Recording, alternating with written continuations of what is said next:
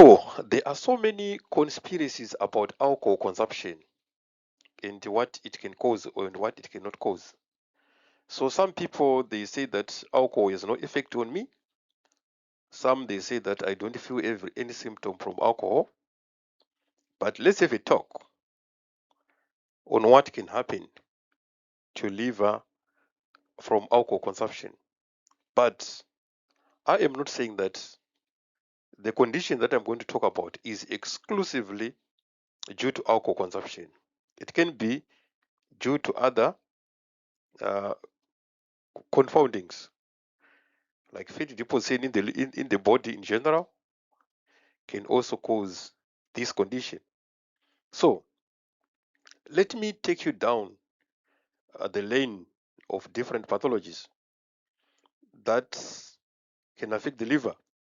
So here we do have got a healthy liver. This is a healthy liver there. Then a liver can have fatty deposition. So you can see now how it is looking like. Then after the fat deposition, so it means the hepatocytes or the cells of the liver can have problems to function normally. So when that happens, the liver can now start to fibrose, or it start to shrink part of the hepatocytes or the cells of the liver. They will start to harden, to be fibrotic, and start to lose function. So this transformation now is what we now call cirrhosis. It starts to set in. So after the fibrosis, the stage of cirrhosis now set in. Then you can have cancer induced from cirrhosis, or you can have cancer without cirrhosis. So this is the gradual deterioration of the liver, especially when you are consuming alcohol. So alcohol consumption can lead to that liver damage that you are seeing in those stages. It's so sad that the case that I'm presenting now is just a 20-year-old boy who is in the habit of taking alcohol. So look at how the fat is now replacing the normal parenchyma part of the liver. So that's fat there, replacing the normal parenchyma of the liver. So in our case here, we do have got diffuse hepatic fat infiltration, but there is also some sludge that is in the gallbladder. You can see here the fat there. So the liver is very difficult to visualize the posterior aspect. So there is a obscuring of the posterior aspect of the liver. So you can see that the fat is now obscuring the posterior aspect of the liver there. So the liver should be visible all the way to the diaphragm here. So look at the morphology of the spleen there. So they should be comparable. You can see here distally or posteriorly there, distally there is enhancement. There's posterior. You can see all the lining of the spleen, and you can see the diaphragm there nicely. But if you look here, there is darkness here because much of the sound that we produce has been absorbed. Attenuation has happened due to the fat in the liver. So you can see here this area there, and then the diaphragm is difficult to visualize there. So ladies and gentlemen, this is what a fat liver looks like. There's fat deposition there. Here is dark because of what? Attenuation, which is caused by the deposition of fat in the liver. At the same time, it's now very difficult to visualize the intrahepatic ducts and the veins, vessels there. It becomes very difficult when there's fat infiltration. It will be difficult to visualize the vessels because they will be obscured by the fat. You can see normal perfusion there in the spleen. So the major culprit of fatty deposition in the liver is alcohol. So we call that alcoholic alcoholic fatty liver. So look here what is going on there. The major problem of an alcoholic fatty liver at times, in most cases, is asymptomatic.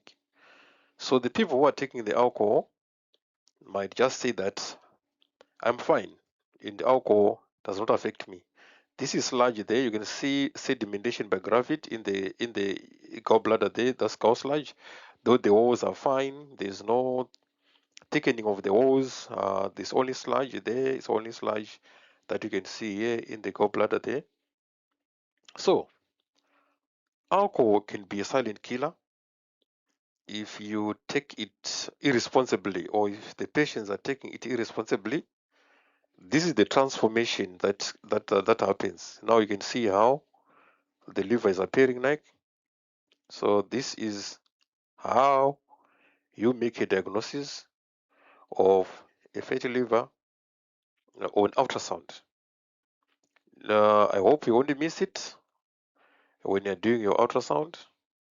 So the best organ to compare your liver to is the spleen. So they must have almost same or homogeneous echo texture. But if you see that there is acoustic, a shadowing distally there, you must then appreciate that something is wrong. So this transition is what we don't like. And you must also be in a position to see the transitions on ultrasound, the normal liver, the fatty liver, fibrotic liver, cirrhotic liver, and a cancerous liver. So if you don't know how to transition on ultrasound, then there is a problem, because you're going to miss pathologies which are so much life-threatening. So if someone's got a history of taking alcohol and then you see fatty deposition, now that we call that alcoholic fatty liver.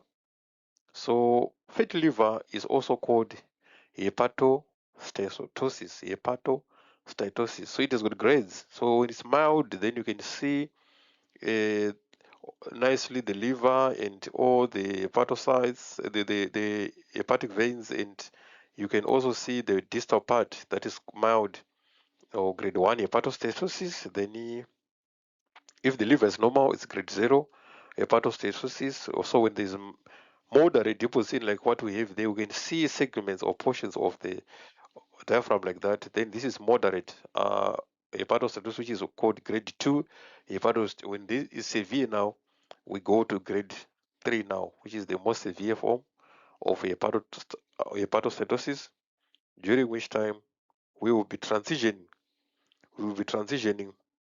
to fibrosis and then cirrhosis and then cancer. So ladies and gentlemen, what I need us to do, I need us to appreciate pathology and then make the correct diagnosis.